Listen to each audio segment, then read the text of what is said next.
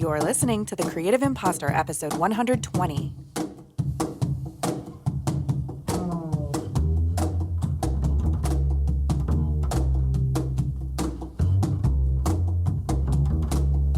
Welcome to The Creative Imposter. I'm Andrea Klunder, and today we are going in deep to our series called Not Your Typical Self-Care with worthiness coach and fellow podcaster, Kelly Covert. If you are a longtime listener, you may remember Kelly from way back in 2017, episode 56, called Affirm Yourself. And guess what? That episode also came out in December, and we were also talking about self-care. But I promise this is not a repeat because so much has happened in 3 years. And particularly, I wanted to have Kelly on the show because she has created something brand new that I think could be an excellent and affordable and timely resource for a lot of people in this community called the Enoughness Planner. If you're like me, you may have an obsession with notebooks and journals and paper planners, and this time of year is the time of year when you start looking for which is the next one that I am going to buy. And I love this one for so many reasons, and you're going to hear more about it in the episode, so I'm not going to say that much more about it, except to say that if you would like to find it and check it out and perhaps order one for yourself or your best colleagues or team members or friends or family members, you will easily be able to find the link in the show notes for this episode, along with everything else that we discuss and Kelly's original episode of The Creative Imposter. Show notes can be found at thecreativeimposter.com/120, linked conveniently in the episode description in your listening app. Also, looking into the future, depending on when you're listening to this particular episode, I do have a separate episode coming out with Kelly on my other show, Podcast Envy. Since I mentioned that Kelly is a podcaster of the fantastic show In Her Voice, which I was featured on long ago. And to be honest, I can't even really remember what we talked about. Creativity, imposter syndrome, podcasting, who knows? In any case, that episode of Podcast Envy will be coming out soon. If you are listening to this a while after it has published, it may already be out. You can subscribe to Podcast Envy wherever you're listening to this show. And you may find that some of the things in that episode are clips that you will also hear in The Creative Imposter. But I encourage you to check that out anyways if you are podcasting or thinking about podcasting, because I have framed it up nicely for you, all of the advice that she's giving you about this idea of enoughness and kinder habits, which we're going to get into in the context specifically of podcasting. And there is some content in that episode that you will not hear in this one. So it is worth checking out both. One quick note I do want to make about our conversation is that we start out talking about kinder habits versus the other kind of not so kind habits. And we got so stuck on the shoulds that I wanted to let you know those are not the only kind of not so kind habits that we may fall into the trap of. What are those other not so kind habits? You can find out by going to Kelly's podcast In Her Voice and listening to the episode on kinder habits. It'll be linked for you, of course, in the show notes because we're good like that. Okay, I don't want to go on too long about all the reasons that Kelly is amazing. However, I do just simply want to say that one of my favorite things about this episode is that it felt less like an interview and more like I was getting kind of like a coaching session out of it. I love that about Kelly. She's an amazing listener. And yeah, it's fun. Take a listen. Here's my conversation with Kelly Covert. So I was looking back because I thought to myself, well, Kelly's been on the show before. Let me see how long ago that was and what we talked about then. And I was shocked to realize that it was 3 years ago in 2017. But I was not shocked to see that we were also talking about self-care in that episode, as we are in this episode. Mm-hmm. Well, self-care is one of those kinds of things that I think we need to talk about all of the time because we constantly need reminders to keep it up. Otherwise, it just falls off on the wayside, among the list of all of the to-dos that don't get done. Yes. And one of the things that I took away from your last episode as I was listening back was shifting away from to do to to be. And I even said that I was going to make a to be list. And I'm like, I did that. Another thing I do when I prepare for an interview is listen to, if you have your own podcast, which you do. Yes, I do. And you were talking about habits, specifically something you call kinder habits. And it reminded me that I am a person that I like to get things done. I like to make lists. I like to achieve. I like to tick boxes. I like to go to the next thing, to the next thing. And I think of it as this ingrained trait, but there's also like habits that go along with that, that sometimes are internal habits and sometimes are external habits. Can you talk a little bit about this for this personality type? Yeah. Thanks, Andrea. I love talking about habits because I'm like that too. Like that person that you just described is also me. And I feel like I have evolved and worked on understanding more of what I need in order to feel the way I want to feel at the end of the day. Because long ago, I used to have all of the lists and all the to-dos and checking things off, doing the next thing, doing the next thing. And I never felt good enough. Even if I finished something or I accomplished something, I never felt good enough. When it comes to habits, I really believe that if we are intentional about the kind of habits that we have in our life, that can really go a long way to cultivating that feeling of good enough, or what I like to call enoughness. So there's a few different kinds of habits. Kinder habits, which I just talked about, really are habits that are rooted in how we want to feel and what we desire. The other kinds of habits, when I say these, everyone is going to be like, yeah, I know exactly what she's talking about. I call one of those habits like the shoulds, the should kind of habit. Like, well, I should exercise every day, so I will do that. Or I should eat this way, or I should do this, or I should do that. It's this idea of an external expectation that we put on ourselves based on what we see other people doing, or based on what we think we should be doing, or based on what our parents told us we needed to do. I should go to church every week, or I should not swear, any of these things. And I'm not saying that any of those habits are necessarily bad or good. Some of them are great habits and some of them are not great habits. But when they come from a place of should, we really need to evaluate how they are helping us feel at the end of the day. If I think I should work out every day and I miss a day and I feel bad because now I haven't done the thing that I should do, is that really helping me feel what I want to feel? When you were talking about should habits in your episode, it made me think of, you and I have a shared background in music and music performance. You are a flautist, which I always think is like such a strange word for one who plays the flute. I like flutist. I play the Flutist? flute. Yeah, I'm a flutist. That's what I prefer. Okay.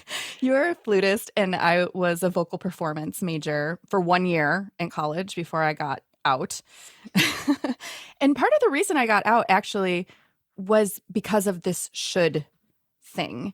And people who go into music professionally and people who study music and gravitate towards that often are people who have these perfectionist tendencies and these high achieving tendencies. And when I was in school, my first year of college for vocal performance, one of the things that was very terrible for me, for my experience, was this idea that no matter what I was doing in that moment at age, I started college when I was 17. So my freshman year was 17, 18. Whatever I was doing, what I should be doing is practicing in a practice room with no windows, me and a piano, sometimes with my accompanist, my assigned accompanist. But no matter what I was doing, I should be practicing. And if I wasn't practicing, I wasn't doing what I should be doing. And that was verbally, like explicitly said to me, not just something that I inferred from observation. That was explicitly given to me. And I had a lot of interests. I didn't want to sing all day long every day. I didn't want to practice all day every day.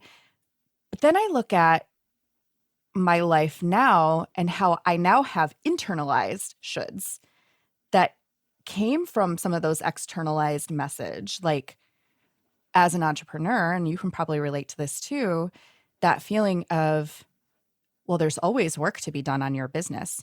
You should be following up on those invoices. You should be doing more marketing. You should be posting on social media more. You should be coming up with your next great product or service that you're going to sell. And so I'm wondering if you can speak a little bit about how these external messages become internalized habits.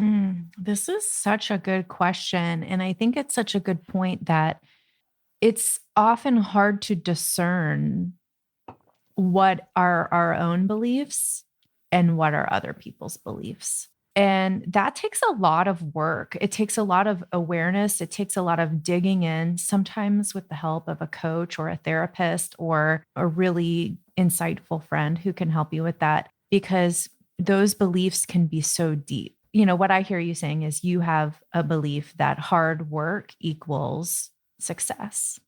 And I think as an entrepreneur, like most of us, if we choose to be in our own business, and I think musicians would qualify in this too, right? If you choose to be a musician, you know that if you put in the hard work, it's going to pay off. And that's a belief. We want to believe that. And it becomes this part of who we are.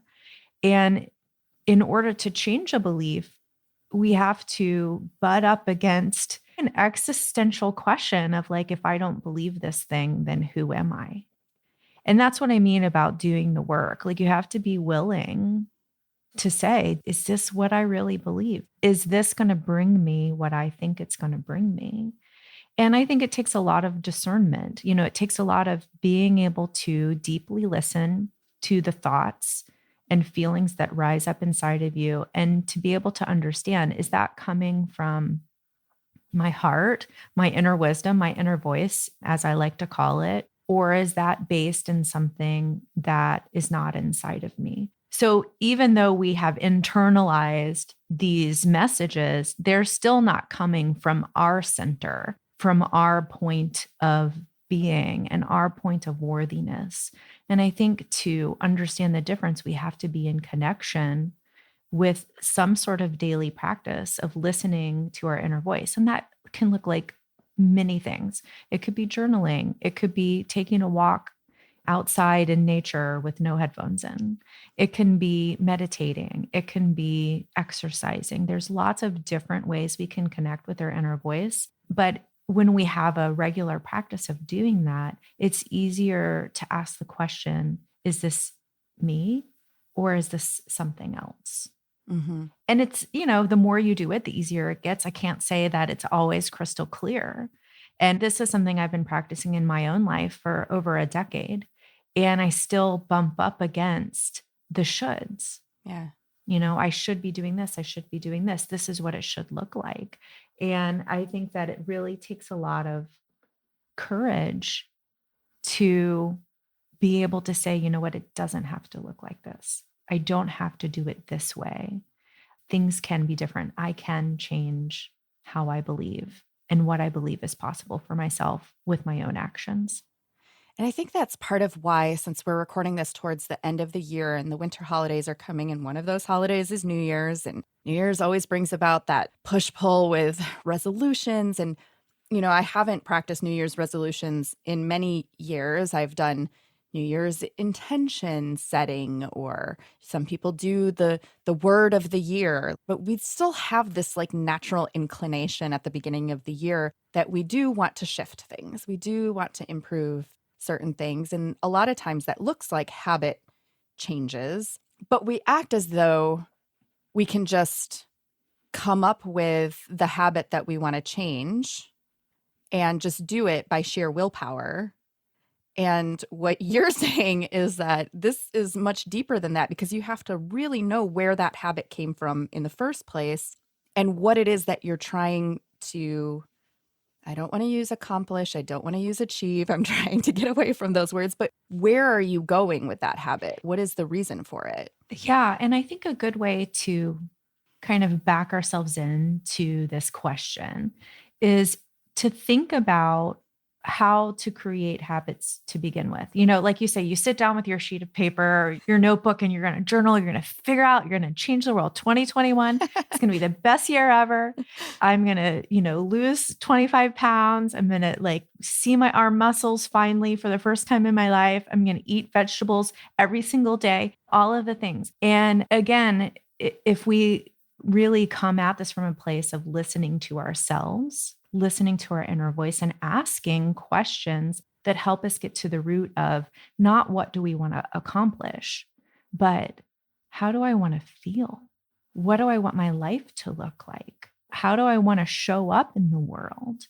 To me, these questions are better questions. And so what I like to do when I'm thinking, and I do this actually about once a quarter, because think about how 2020 was. January was definitely different from March, which was definitely different from July, right? Like it has been such a crazy year. And if we set these intentions or resolutions or whatever they look like, habits at the beginning of the year, things change. And so giving ourselves the grace to be flexible and to evolve, I think is really useful. So I have a process that I go through myself and that I take my clients through, where we really figure out not the habits I should be doing, but what do I want?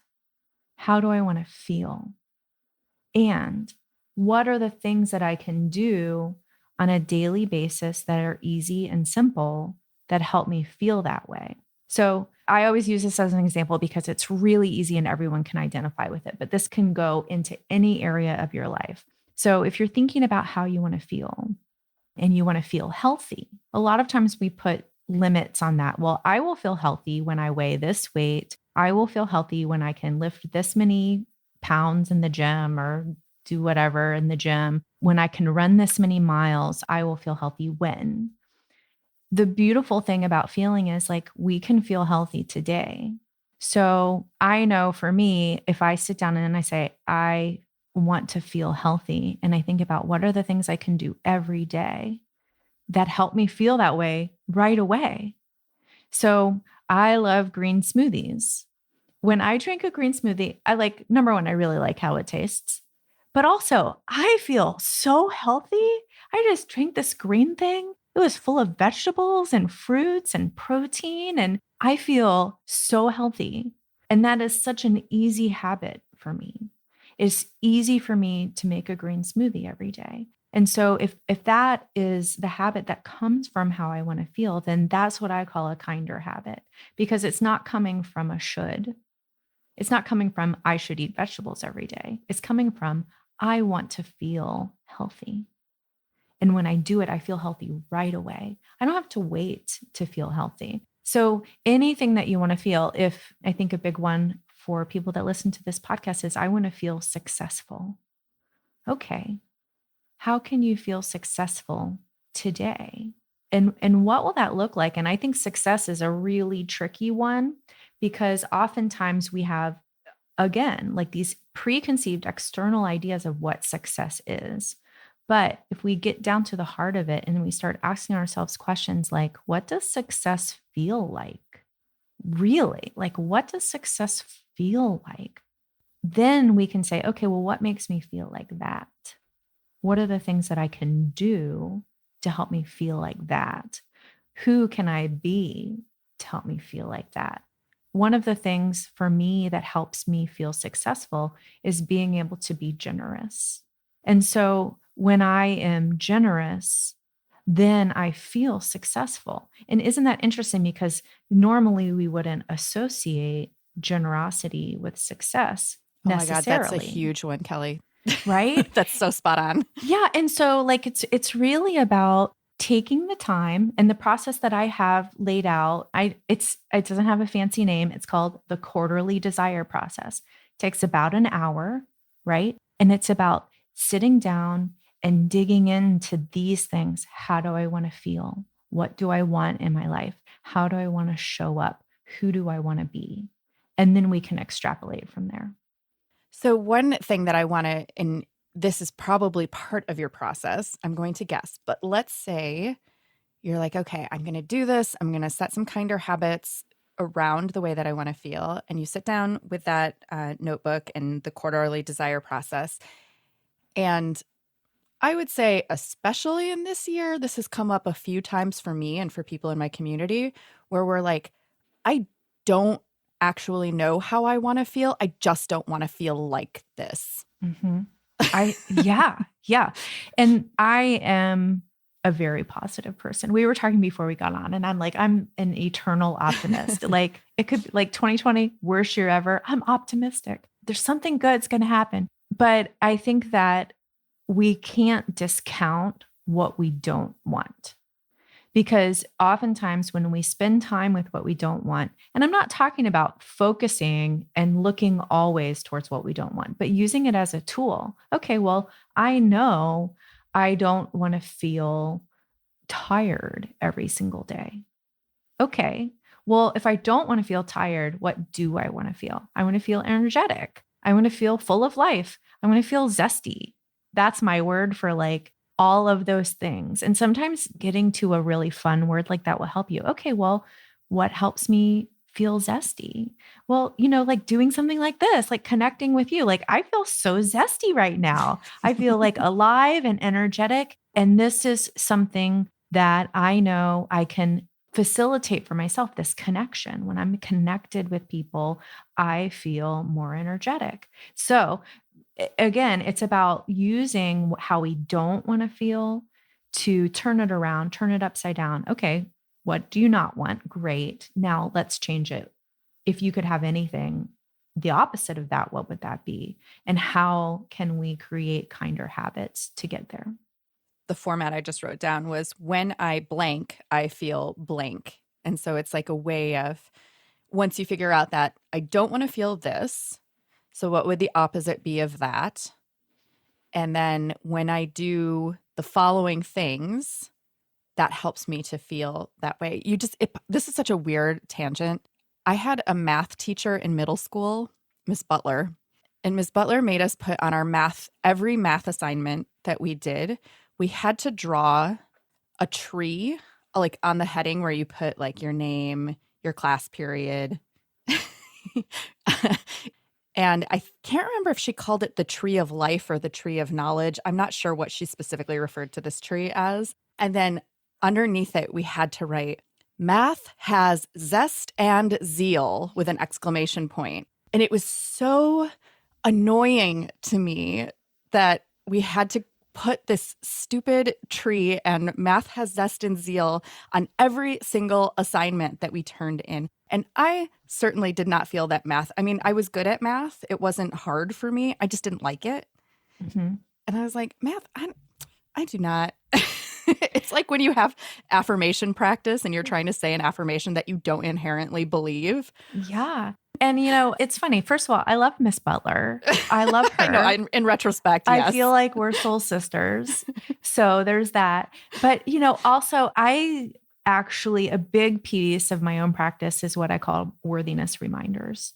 And again, these are things that stem from what I want in my life. But you're right that in order to really, I think, have affirmations work, there has to be a small percentage of belief there. Like there has to be at least a little thing. And so I actually spend time in my life throughout my day, like trying to pay attention to the things I know to be true about myself. So one of my worthiness reminders that I write every day right now is I am magic. And I love that because it creates this sense of like excitement in me, this sense of possibility, this sense of like that anything is possible. And when something happens that feels magical, I make special note of that. I feel when I am, again, like this experience with you recording a podcast, to me, this is magical. We're creating something that didn't exist before. And we're doing this like just by the power of our energy and our will and our spirits and these beautiful people that we are. That's magic. And so we have to know what we want. And I also believe that if you know that you want that, if you know you want to feel that, that's already in you. Otherwise, you wouldn't even imagine that. That wouldn't even be in your realm of possibility. So I don't know about math having zest and zeal, but I like to have zest and zeal. Like that would be such a fun worthiness reminder. Like I am zesty. Well, and what's funny about it is that Miss Butler definitely taught math with zest and zeal, so she was feeling it. Yeah. Oh, that's so good. Zest and zeal. I'm trying something new here on The Creative Imposter, which is taking a little mid-episode stretch break to let those words of wisdom from our guest and those ideas really sink in. So yeah, go ahead, do it. Stretch your body. How long have you been in the same position? Take a moment, roll your shoulders. Okay, that feels so much better. I also want to take this opportunity to extend an invitation to you to get even more connected with the Creative Imposter Collective. What is that? That is a group of creatives who meet online via a fantastic platform called Mighty Networks. This online group is totally free for you to join. It's the hub for our twice weekly community Zoom sessions. I know, community Zoom, it sounds terrible, but it's actually quite fun. They're short sessions that we do twice a week where we share something good that happened in the week, something that we want to gripe about, we set an intention, and we make creative recommendations for things to watch, listen to, read, download, and in the Creative Imposter Collective, coming up oh so soon, January 1st, New Year's Day. Where do you have to go? Let's hang out online. We are hosting the Farewell/FU 2020 celebration. It's Bring Your Own Ritual. What on earth does that mean? Hop on over to the Creative Imposter Collective at thecreativeimposter.com/community, check the event schedule, and find out more.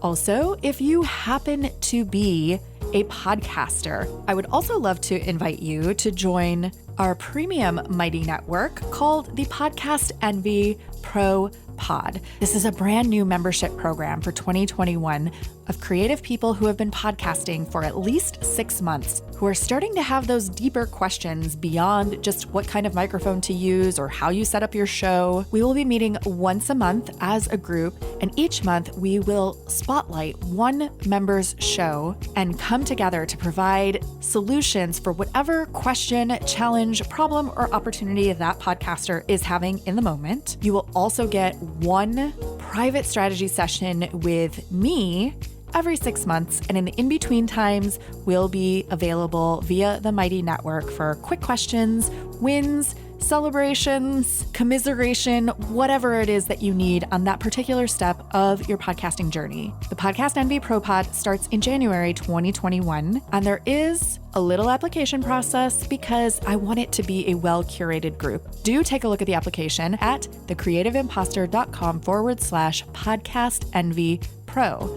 If ProPod membership sounds intriguing to you, but you're not 100% sure, you can schedule a complimentary 20-minute call with me at thecreativeimposter.com/T420. That's T like the delicious warm beverage that you drink, TEA, 4, FOR, 20. I only have a few phone appointments available before we go on break for the holiday season, so book yours ASAP. Check the show notes for links to join me in the Creative Imposter Collective for free, to check out Mighty Networks for your own online group or program, and to apply to the Podcast Envy Pro Pod for 2021. I hope to see you in one or all of those places very soon. All right, let's get back to our wonderful conversation with Kelly Covert. So you have all these processes that you've come up with, fancy name or not fancy name, but you have these different processes and these ways of coaching and breaking down both with yourself and with your clients, which one of the things that I admire about you is that I think that everything that you use for coaching and every strategy, tool, technique, piece of advice that you give is something that you yourself have really worked with and have used for your own practice, for your own self. And so it's not coming from this external, like, these are the structures and the ways that we do this. It's very much comes from self-practice and self-awareness. And you have now put this together into a new format. a new thing, a new tool that can help people. And this is what sparked our reconnection here on the podcast, and that's called the Enoughness Planner. So tell us, what is the Enoughness Planner and how did it come to be? Well, the Enoughness Planner, and thank you for bringing this up. I am so freaking excited about this thing. Let me just tell you. The Enoughness Planner is a guided journal and a daily planner to help you do exactly what we're talking about, what we've been talking about, to help you develop kinder habits that help you feel good enough every single day, that help you feel the way you want to feel every single day. And it's a 3-month planner. And so it has the quarterly desire process all laid out. And it's so easy to do. It's a guided journaling process. So there's questions, and then you answer the questions, you write it all out right in the planner. And then I take you through the process of like understanding how we get from the desired feelings and the desires to those worthiness reminders and to those kinder habits. And then there's a daily page where you write out your reminders every day. You write out your gratitude every day, because I think gratitude is a key piece to feeling connected to your inner voice and to just feeling good. And then you also write out what you're proud of yourself for every day. And that simple practice really helps you to understand yourself in a way that you might not have understood yourself before. It helps you understand what you want. It helps you understand what you're capable of.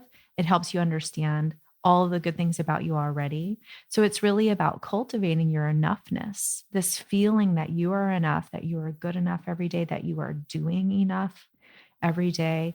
And that really, to me, helps us to own our inherent worthiness. I believe that we are all worthy, no matter what accomplishments we have or don't have. Like, our worthiness is not something that goes up or down based on what we do. But I think worthiness is a really hard concept to understand if you don't feel good enough. So we're starting with the enoughness piece. And then that helps us to really own and embody our worthiness. So, it's like I said, it takes you through 3 months, and it has a little kinder habit tracker that helps you, sort of identify the habits that you want to focus on and helps you stay on track. Because I know one thing about myself as a creative is I can be sort of flighty sometimes, like I'm doing this and I'm doing that. And it's not that I don't want to follow through and do the things that I say I want to do. It's I sometimes just forget because I'm on to the next thing. And so this really keeps me grounded. And like you said, I've been doing this like in my own just plain old notebooks for years. And it's funny because I was teaching a workshop on it. I was like having people create their own habit trackers, and we would go through the process. And then one day I was like, this could be a book. Like, this could be something that people do on their own, because not everyone has the time or the schedule that they can show up to my workshop every time. Or, you want to do it at night when you're in bed, and I'm not going to teach at 10 o'clock at night, like all of the things. And so this was really a way to open up this practice to people who are not my clients, but who really have that need to feel good enough and to like lay aside this chronic overachieving. I see it in so many women in particular. It's invasive. I think our society teaches us to be that way. For sure. And it doesn't teach us how to feel the way we want to feel. So when you're doing one in a vacuum without the other, then it's just this self-loathing cycle that we get into. Well, I need to be doing in order to feel like I'm good enough. And I do not believe that that is true. I think it's also easier to quantify productivity than it is to quantify feeling.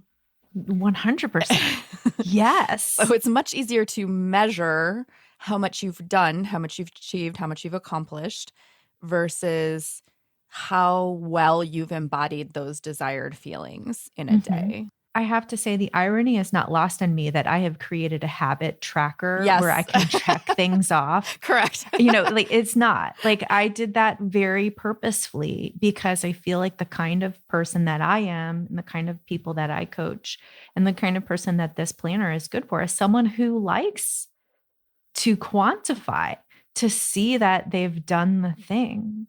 And what I want people to focus on is like, let's make sure that the things we're doing are helping us feel the way we want to feel instead of just like these random things we should be doing or we think they're the most important things. Like, let's spend time being intentional about what we're spending time on. Yeah. And that was one of the things I was thinking about too, when you were talking about these kinder habits to support the way that you want to feel. What if you say, okay, I want to feel healthy when I drink a green smoothie, or I'm going to drink a green smoothie, and then that should help me feel healthy. And then you're drinking the green smoothie, but you still don't feel healthy. Or you're doing XYZ to help you feel successful. Like you're being generous, you're giving things away, but you still don't feel successful. If the kinder habits that you're trying to employ don't actually help you to feel the way that you want to feel, where do you go from that? Are they the wrong habits? This is such a good question. There are two things in this. Okay. So, first of all, a feeling is fleeting, right? Like, I am not going to feel one thing 100% of the time. Yeah. I'm never going to feel successful all of the time. I have a really good friend who's an attorney, like a corporate attorney in Atlanta. I look at her and I think she's so successful. Like she's making a ton of money. She has all these clients. She's doing all of these things. And, we talk 4 or 5 times a week. She's my best friend. And she talks to me about how she's not feeling successful. So we're not going to feel that way 100% of the time. So I think that's the first thing that we need to acknowledge is just because I don't feel healthy 100% of the time doesn't mean that I'm not healthy. And what I want to do is I want to increase the number of times that I'm feeling or the amount of time that I'm feeling that way. And so if a green smoothie helps me feel healthy for the time that I'm drinking it, that's magnifying that. The other piece is when I start to do this one thing that helps me feel healthy, I am going to start to identify as a healthy person. And then I will find other habits bleeding into my life that are also healthy. And I see this in my own life. When I'm drinking a green smoothie, I'm much more inclined to work out that day. Mm-hmm. And it's not rocket science to figure out. It's just because I'm feeling healthy. I'm doing things that a healthy person does. And, I think it's important to acknowledge that. We don't have to feel successful all the time in order to really be successful. The other piece is at the end of each month, there's a review process where you can go through and you can say, this worked for me. This didn't work for me. And when we start to build in this idea that not everything is going to be, like the thing that nails the nail hammer on that saying. The hammer to hit the nail on the head. Yes, right? Okay, It's perfection is not required. And we have to start building in this grace in our lives to not be perfect, to miss some days, to not have every box checked. And that's one of the things I love too about the habit tracker, right? We're talking about how ironic it is that I have it, but it's also about recognizing, okay, well, there's all of these things I said I was going to do, and there's a whole bunch of days that I didn't check off. Did I notice a difference on those days? Did I feel better or worse on those days? Can I give myself grace for missing? Can I learn from that instead of just like beating ourselves up all the time? It's exhausting to beat yourself up all the time when you do something wrong or when you miss. So when we have this approach that we can change things, that's the hard thing about New Year's resolutions, right? That's a year is a really long time. It's a really long time. What happens when I give myself permission to change? And speaking of permission, that's another thing in the Enoughness Planner that I really focus on is this idea of giving ourselves permission to be something or to do something that maybe feels a little bit scary or a little bit outside of who we are, or something that we just need more support to do. And so I literally have throughout the planner permission slips. I think I put like 12 in the back that you can cut out and like put on your mirror, put one in your pocketbook, in your wallet to remind you what you're giving yourself permission for. So we have to give ourselves permission, number one, to fail. Otherwise, we are not going to take chances. We're not going to try new things. And for perfectionists, that can be really difficult.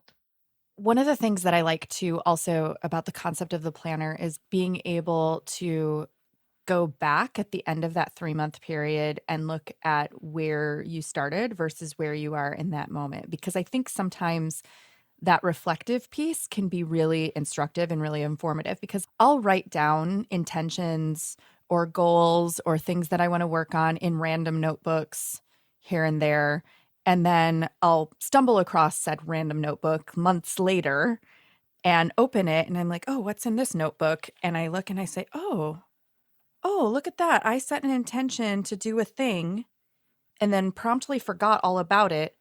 But I did it. I did the thing between then and now. And you're like, I forgot that I actually wrote that down at some point in time. Mm-hmm. And then I feel like, wow, I'm really proud of myself that I achieved that thing, even though I completely forgot about writing down the intention. But I may not have even noticed or like given myself the pat on the back for achieving that thing had I not gone back and saw that I had actually intentionally set that out for myself. And I think this gives like a place where you can do that and you can go back and see where you were 3 months ago. Mm-hmm. I like what you said about giving yourself the pat on the back, because I think that that is something that people who are gold star seekers, I put myself in that category with all transparency, people who are gold star seekers need to really understand that that feeling that you seek of affirmation, of being good enough, of the pat on the back, of the high five, of the award certificate or whatever it is you need, you will always need that. And the best person to give it to you is yourself. And when we can acknowledge ourselves, that's us saying to ourselves, I am enough. I am worthy. And the more we hear that from ourselves, the more we believe it. It's one thing to hear it from somebody else, but even then you have that voice in your head that is like, well, but like it wasn't perfect and I could have done this and that inner mean girl voice. Yeah. You need to give her a different job and listen to your inner voice, who will always tell you that you are enough and that you are loved and that you are worthy. And that pat on the back, and that's something that you do daily in the daily pages. What am I proud of myself for? And let me tell you a funny story about this. I used to call that in my own practice daily wins. And when I was creating the planner, I decided I wanted, like a prompt.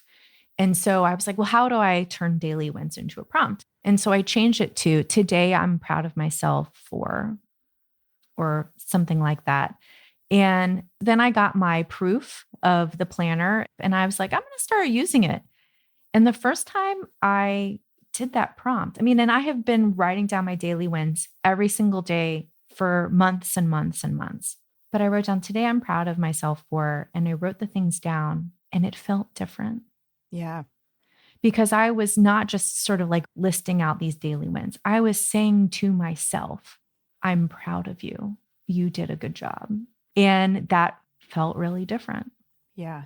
It's also, there's something about win feels competitive and feels like, I immediately think, well, there can only be one winner.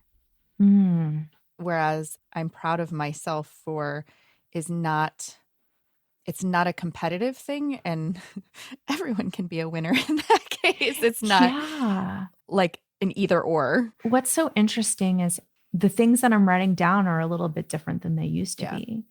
So one thing I've written down a lot over the past week under that, today I'm proud of myself for, is asking for help.